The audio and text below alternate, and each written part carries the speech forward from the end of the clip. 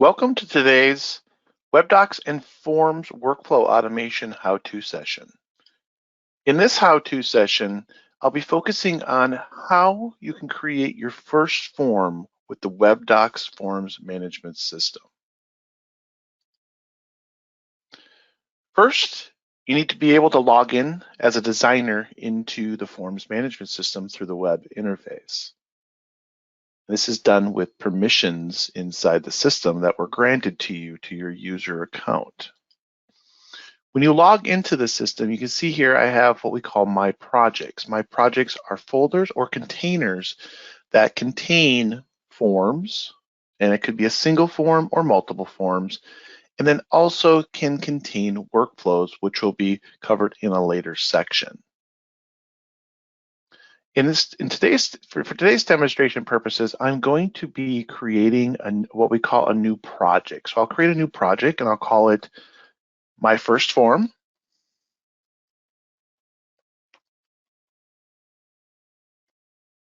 I'm going to create that so we have a container for that in the process. So you'll see here, if I go back to the main screen, my first form is right inside of here. If I click inside of there, now it'll allow me to create other kinds of forms inside of here. And then also later on in later sessions, we can create other workflows that you'll see here that we can do as well.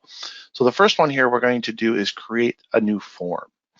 With this form, there's different things that you can do. So I could have started this process out with a template.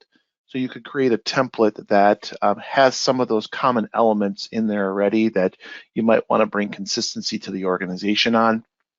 So for, more from a best practice standpoint, you design around that design around the core form functions and bring those in as pre-done already from that standpoint. With this process here, I'm just going to create a new form, and from this new form, I'm going to drop in some images because I want a header and I want a footer inside of here. So I'm going to create a header.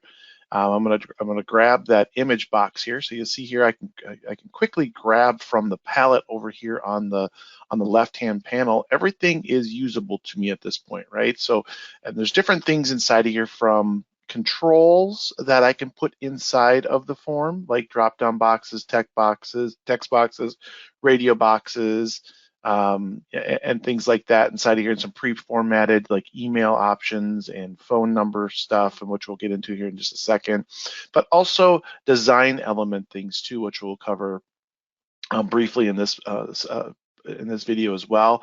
But sections, repeating sections, tabs, panels, tables, and things like that to make up the design of the form and structure and the visuals of it.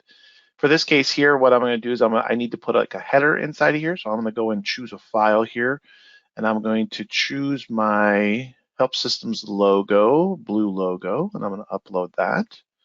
You'll see here that put that nice piece inside of here. And I also want to be able to put another image in there. So I'm going to drop an image down to the bottom, and I'm going to choose the footer, the help footer here. And then you'll see here when I upload that, it's going to be the footer part here. Now this is going to allow me to do different things. So if I want to be able to create a form that has maybe some tabular functions, so I can create tabs inside of here, and inside of these tabs, I can drop these different controls into these tabs. We could also do sections if you want to. And the sections would just be like a section like this, where I can name that section. Maybe it's an internal only section. Maybe it's a just information, collection information that you want to do, like address, and stuff like that, or other data elements you want to be able to do. But be able to logically break down the form, the different sections. And if there's a lot of data in a form, sections and tabs are nice because it gives you the capability to be able to open and close those and have the form open, presented to the user either open or closed, right? So they can actually go in here and push that button. But no matter how you do this, from a form standpoint, if you're using tabs, sections, or panels, in some cases, you can create those different sections and different elements inside of here and put different things inside of here, like drop-down boxes. So you might say, hey, I want to make a selection box here. Maybe select one from one from list or something like that, and then provide a list. Now these lists that you provide here can be here, right? So this could be option, so you can actually come in here and on the left-hand panel is configure these different sections inside of here or different functions, from the controls inside of here. So as you'll see here, as I'm going through here, I'm like, when I drop different elements in, that you can configure those different things, and it looks a little bit different for each one of the controls because of the different functions you can do here. But it also allows you to name them, put help and hint text in there, and do other kind of decorative things, but also other kinds of functional things like require fields, hide certain things, put certain placeholder information in there. So it gives you that capability there.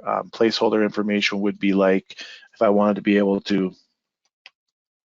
select one or something like that, right? So that would be great in there, so they know that they have to select one, or required you could put inside of there. So that allows you to do different things like that.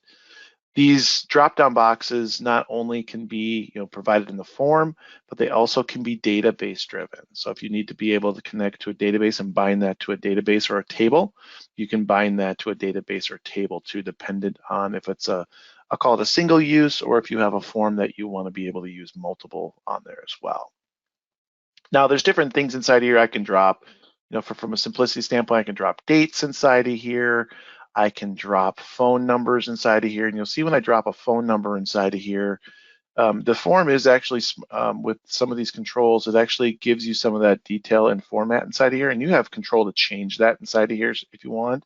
But it allows you to be able to enforce how things are put into the system, right? And show the users what you're looking to be able to populate in there. So if someone comes in here and tries to enter something like a value, you can have, oh, nope, it doesn't follow the right format for me, right? That your business system is looking for, or the form is looking for in some cases.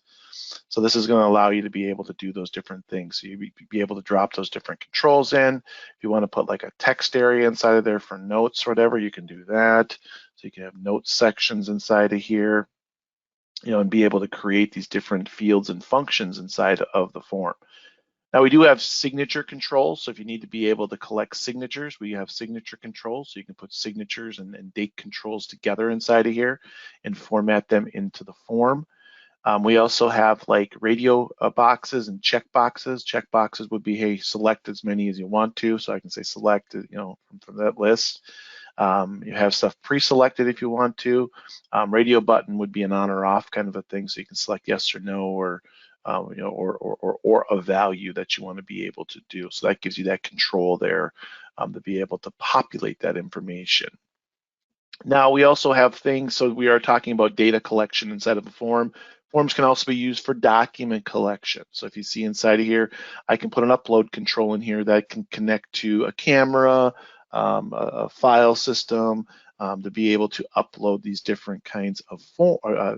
It could be a video, it could be a picture, drawings, or whatever, a document or whatever they need to be able to do. So you can do that, and you can set up security to restrict and do different things inside of the form fields as well, or in those different controls. Now, one of the things I don't want to forget here, since we're talking about security is really cool because inside the form, I can actually, first of all, I can say if things are required inside of there, but I can also make things more of a password kind of sensitive kind of structure. So if you want to be able to, be able to hide the data in transit, you can change some of that data and hide it in transit. We can also make things sensitive inside of here as well. So we can actually blank out data during a process too. So if you don't want it to show inside of a form as you're filling it out, we can actually hide some of that information as they're typing and change that to more dots or asterisk kind of looking stuff. So that gives you the control over the form.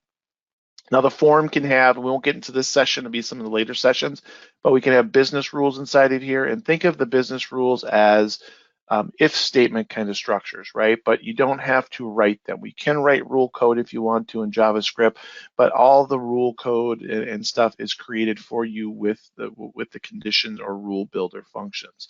So you can say if a certain field is yes or no, you can do certain things and then have the rule builder build those different kinds of conditions for you at that point. We do have PDF mapping that I'll be covering in a later session as well. So this would be PDF mapping, being able to drop a PDF file in there and be able to take your form fields and map into that PDF. So a lot of times government compliant documents, I-9s, W-4s, insurance documents, and things like that, we can then map that data in there. This also has a settings screen inside of here, so you can do different things, like you can add the CAPTCHA function, so for an extra security, an extra layer inside of there that allows you to do different things. Access controls, who can start the form, I'll call them more security-based kind of things, right? And then also when something is done, we can actually set up messages. We can redirect people to different places, so what we call form actions on success. Or on error, you might want to drive them to another page or to a support page or something like that. And then there's document actions of what do we do with the documents and what do we do with the data after the form is completed. So we can do nothing, send emails, post a web application, send to a file system. It automatically gets sent into the Webdocs document archive. So there's different things that you can do from that standpoint. And then there's styling of the form. If you want more of a wider based form, more of a linear based form, you can do those different functions inside of there. So there's a lot of different function and field functions you can do. Now you can test these forms. You can deploy them and test them right from here. So as I click and create these forms, I can test it by clicking on the button here. The little wizard button is going to pop that open in the screen. It's going to allow me to visually see that form from that standpoint. Use the form in this sense here as well. But also, if you see up on top, it's also going to show you the form in the different profiles, meaning that I can see it as a desktop or laptop would see it. I can see it as what an iPad or device, like a remote profile device like this, like an iPad or something would have. Or tablet, and then also what a smartphone, how it would react and how it would look to a user inside of a smartphone. So you can see those different profiles inside of there. So you can do all those different functions. Now, if I save this and I go back to my form function, you see my first form. I can go in there again if I need to work on that form.